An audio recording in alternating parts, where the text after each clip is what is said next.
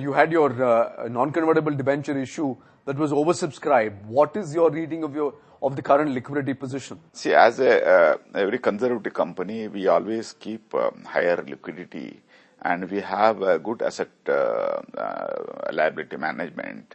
So we always borrow long and lend long. In the sense, we normally borrow around 3 to 5 years and lend 3 to 5 years.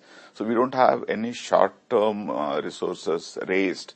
So we don't have that kind of a liquidity situation where we are dependent on short-term money at any point of time.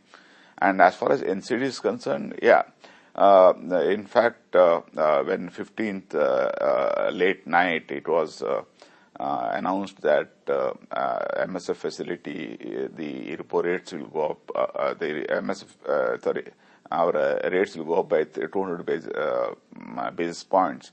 We were a little apprehensive because 16th was our opening day, and bank rate and interbank rates, call money rates went up sharply. Sure. We did not get subscription from the institutional investors, which we had earmarked 20% for them. But fortunately for us, with a good brand image, goodwill of customers, retail investors, we could get subscription from the retail investors.